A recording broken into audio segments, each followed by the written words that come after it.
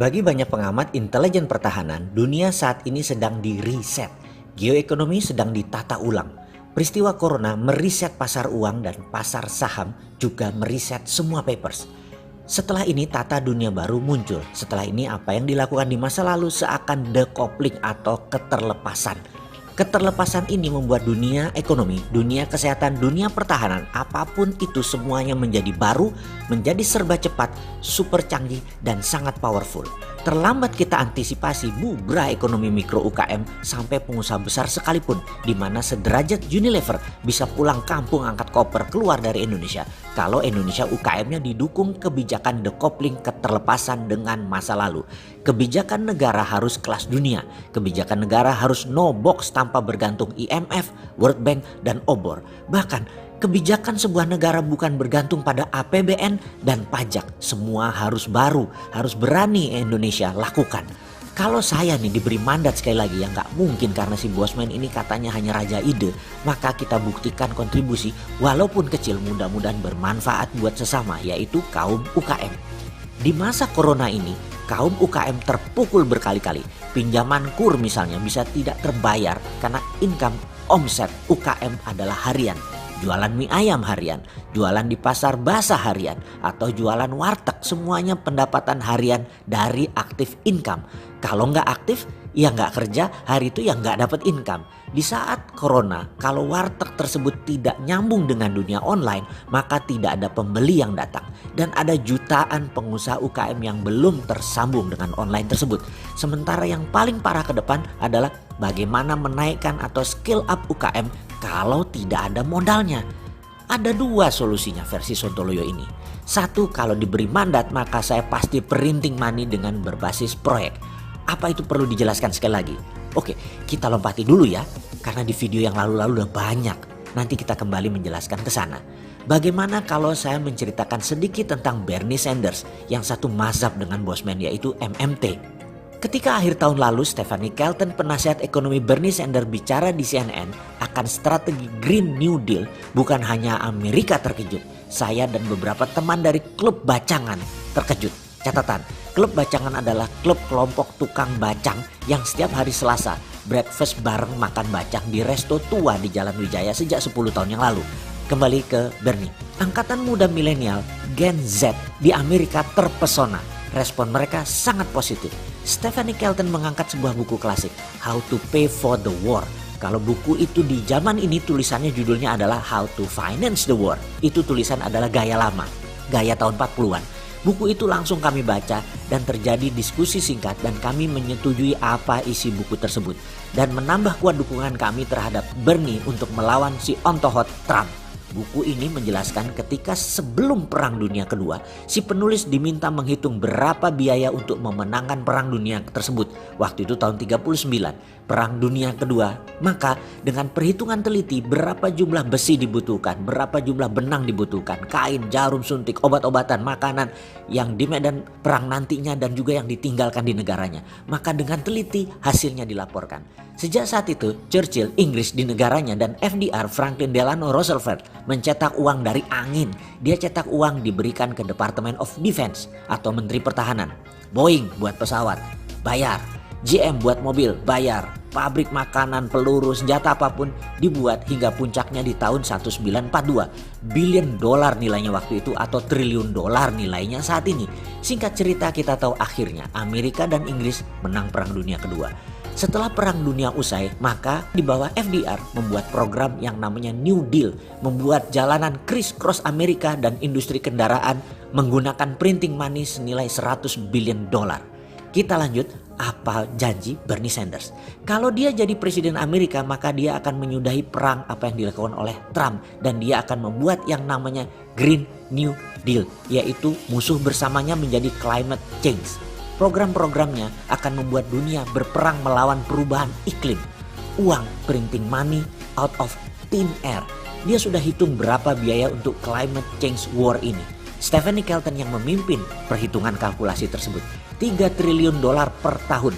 Industri baterai, energi tenaga surya, tenaga matahari, makanan organik, dan banyak lagi yang akan dibangun. Ide inilah yang menarik angkatan muda Amerika saat ini yang muak dengan perang ala Trump. Ide inilah yang membuat dunia tersentak dengan ide lama, printing money menjadi kekuatan baru. Bukan penakluk tetapi kolaborasi. Inilah konsep yang sama sejak 3 tahun yang lalu si Bosman ini dengan ide Sontoloyo-nya selalu kontak-kontakan dengan komunitas MMT dunia, mempromosikan printing money berbasis proyek. Makanya jangan suka sama si Sontoloyo ini. Nanti jadi beneran dapat mandat apa nggak bubrah itu model pemerintahannya. Partai-partai dan pejabat sekarang pada bengong. Mendingan mereka yang sekarang ini jalan terus. Jangan si Bosman ini. Kalau kata haters dan buzzer anti si Bosman yang gambar profilnya anjing, mukanya kucing yang nggak jelas itu berkata, si Sontoloyo ini ngawur idenya, terlalu di langit, tidak membumi, bahkan tidak bisa cukup masuk di got. Lo takut gue masuk got? Gue masuk beneran nih. Oke lah, nggak usah dibahas urusan got. Kita lanjut solusi nomor 2. Yang nomor 2 bagaimana solusinya? Sebentar, istirahat dulu. Kita fokus selesaikan corona dengan tetap di rumah sampai corona mereda. Sebentar lagi kok meredanya. Sambil menunggu redanya, saksikan video Bosman dari awal biar nggak lompat-lompat informasinya. Untuk solusi nomor 2 dijelaskan segera, karena yang kedua bukan konsep, sudah dijalankan. Berapa banyak pengusaha yang mau exit atau mencari dana bermimpi listing jadi emiten di bursa saham IPO yang akan meraup keuntungan yang besar?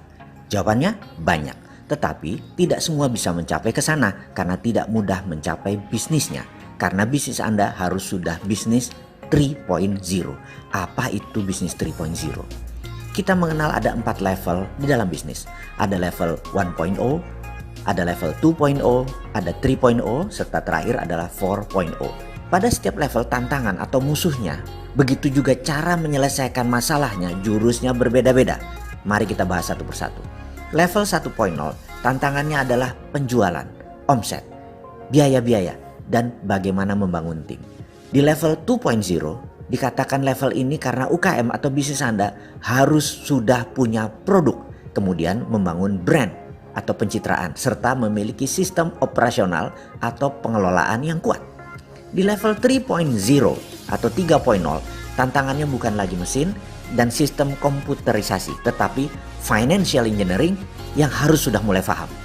Level 4.0, tantangannya adalah peraturan pemerintah, peraturan daerah, regulasi, sertifikasi, ISO, dan ancaman persaingan dengan korporasi besar antar negara. Dan terakhir, 4.0 adalah harus sudah digital. Kita sekarang bahas bisnis atau organisasi 1.0. Level ini penting sekali. Kenapa? Data menunjukkan bahwa bisnis pada level 1.0 ini saat ini menyumbang lebih dari 40% penyerapan lapangan kerja karena jumlah UKM bisnis 1.0 itu lebih dari 30 juta. Tantangan pada level 1.0 ini sampai hari ini bahkan masih menjadi momok bagi banyak kaum UKM. Apa masalahnya? Lemahnya pembukuan, lemahnya pencatatan, kualitas produksi tidak tinggi, dan kebanyakan adalah trading atau perdagangan, jual beli. Untuk naik ke 2.0 harus ada produk, itu syaratnya. Ini masalah terbesar UKM, tidak punya produk sendiri. Pada bisnis atau organisasi 2.0, tantangannya adalah branding, pencitraan atau level kepercayaan, serta pengelolaan organisasi yang kuat. Kuncinya adalah manusia, teamworknya harus kompeten serta bersinergi, saling bekerja sama dan saling mendukung. Di masa lockdown atau slowdown saat ini, membangun manusia dan menyiapkan bisnis 1.0 jadi 2.0 adalah strategi yang tepat untuk dikerjakan sekarang. Kalau Anda sudah punya produk, sudah punya manajemen, baru naikkan bisnis organisasi Anda menjadi 3.0. Di sini seperti di awal video ini, tantangan adalah financial engineering, pengelolaan keuangan yang cerdas. Kata kuncinya adalah sistem keuangan, mempunyai sistem yang autopilot dalam bidang keuangan. Sekarang kita review ulangi sekali lagi. Kita sudah bahas bisnis 1.0. Kalau Anda ada masalah di bisnis 1.0, melewatinya gampang karena banyak guru yang bisa mengajarkan melewati bisnis 1.0. Anda pun bisa bertanya kepada siapapun. Masalah di UKM bisnis 1.0 adalah bagaimana membuat accounting system, menggunakan pencatatan sederhana, bagaimana meningkatkan penjualan, bagaimana menurunkan biaya, bagaimana promosi. Bisa semua membantu Anda, bisa semua Anda lewati 1.0 itu. Namun bisnis UKM 2.0 bahkan 3.0 ada baiknya Anda punya mentor. Dan pastikan mentor Anda sudah punya bisnis minimum 3.0 bisnis mereka. Kemudian pastikan untuk menjadi bisnis 3.0 maka bisnis kita harus bisa melewati 2.0 secara autopilot. Dan apa itu masalah di bisnis 2.0? Kalau 1.0 accounting, maka di 2.0 kita mulai bicara finance. Ini dunia baru dan pelik. Finance ini ada future value, ada IRR, ada EBITDA, ada liabilities, ada solvabilitas, ada free cash flow. Di mana kunci bisnis 2.0 sehat atau tidak adalah di level ini semua. Dan ada tax planning. Ribet kan? Nggak masalah, karena itu kita belajar bersama saya dalam video ini. Kita lanjut. Sebentar, sekedar intermezzo. Ini ada berita bagus. Anda pebisnis 1.0, derajat Anda lebih tinggi dibandingkan karyawan. Derajat pemikiran Anda jauh banget. Dan sering, tipe karyawan di dunia sosmed, komentarnya kayak owner 3.0. Bahkan begitu bos telat kasih gaji THR, panik bete wajahnya mulai bersungut-sungut panjang. Terus begitu dibayarin THR, gak peduli lagi dari mana datangnya THR, baru dia mulai tenang dan mulai bisa belagu lagi. Faktanya sering tuh bisnis 1.0 berhutang hanya untuk bayarin THR kalian. Di sini sisi baiknya pebisnis 1.0. Anda sudah masuk kategori tangan di atas, manusia penolong, manusia pemberi. Jadi hormati dan hargai pengusaha itu walaupun di 1.0. Lebaran mereka sering gak lebaran. Kalau pegawainya bisa balik kampung berjumpa temu kangen keluarga, si pebisnis 1.0 belum tentu.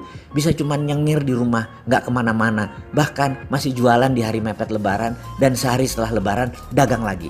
Sedangkan pebisnis 2.0 mungkin THR sudah bisa dapat tanpa terlalu keringetan. Tapi hutang usaha pasti masih ada.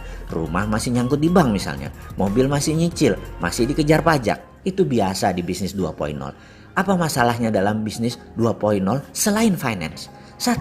Masalah operasional terhadap produksi yang terutama. Kedua, people atau SDM. Ketiga, pelanggan.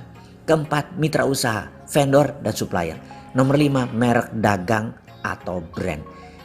Di sini dunia persilatan lebih rumit.